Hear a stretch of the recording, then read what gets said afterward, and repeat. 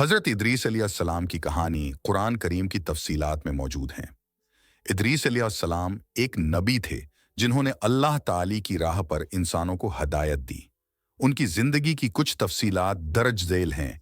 इदरीस अलैहिस्सलाम को इंसानों को सही राह दिखाने और उनको अल्लाह की तरफ लौटाने के लिए अल्लाह ताली ने उन्हें नबूत अता फरमाई। उन्होंने अपनी कौम को तौहीद और रसालत की दावत दी और उन्हें नेक अमल करने पर मौका फराहम किए।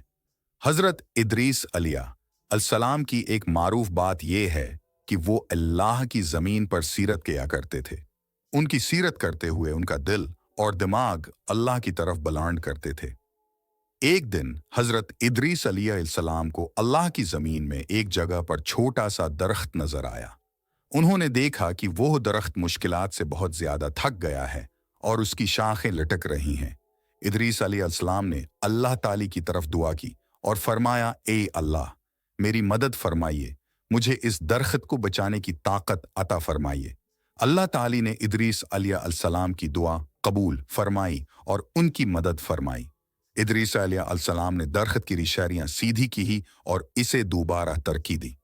इस वाक़या से ये सबक सीखा जाता है कि इदरीस अलैहिस्सलाम जैसे अनबिया को अपने रब की तरफ ईमान और भरपूर यकीन था और वो अल्लाह की रहमत और मदद की बड़ी उम्मीद के साथ दुआ करते थे।